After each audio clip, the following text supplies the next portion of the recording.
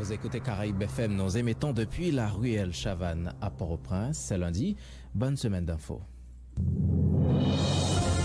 Qui dit, qui fait quoi, quand, comment et pourquoi? Tout ce qu'il faut retenir de l'actualité, c'est dans le 19-20. Où que vous soyez, le 19-20 vous informe autrement.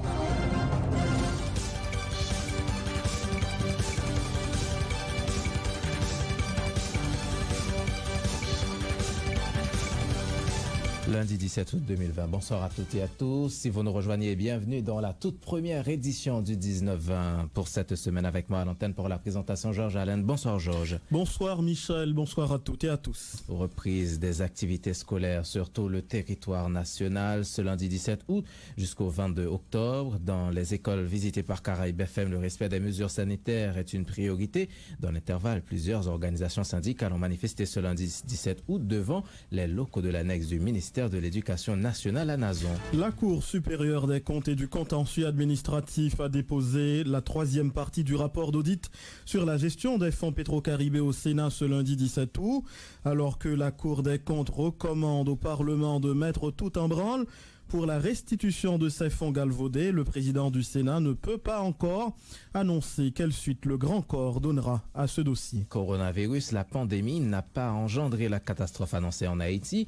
La jeunesse de la population haïtienne serait l'un des facteurs expliquant ce fait, selon la commission multisectorielle de gestion de la pandémie, soulignant que tous les pays de la Caraïbe ont été épargnés des scénarios catastrophiques. Le docteur Jean-William Pape croit aussi que ces populations ont été exposées à une souche peu virulente du coronavirus. Et l'on parle toujours Covid-19, 16% des Haïtiens en provenance de la République dominicaine sont activement infectés.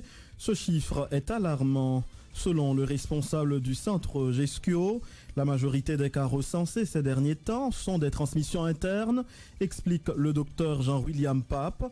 Le coprésident de la commission multisectorielle de gestion de la pandémie informe que les acteurs intervenant aux côtés des autorités sanitaires ont redoublé d'efforts au niveau de la frontière pour un meilleur contrôle. 17 morts et 86 blessés dans 42 cas d'accident. L'organisation Stop Accident présente ce lundi 17 août le bilan pour la semaine allant du 10 au 16 août 2020. Au moins un véhicule officiel a été impliqué dans ces accidents. Dans l'actualité internationale, les ministres des Finances du G7 se sont félicités lundi de l'amélioration de la situation économique dans leurs pays respectifs, mais ont exprimé leurs préoccupations quant à l'endettement des pays à faible revenu, selon un porte-parole du Trésor américain.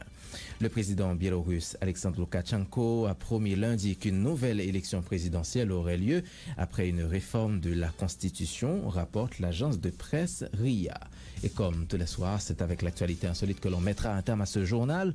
Pour trouver la femme de sa vie, un jeune homme a loué un panneau publicitaire.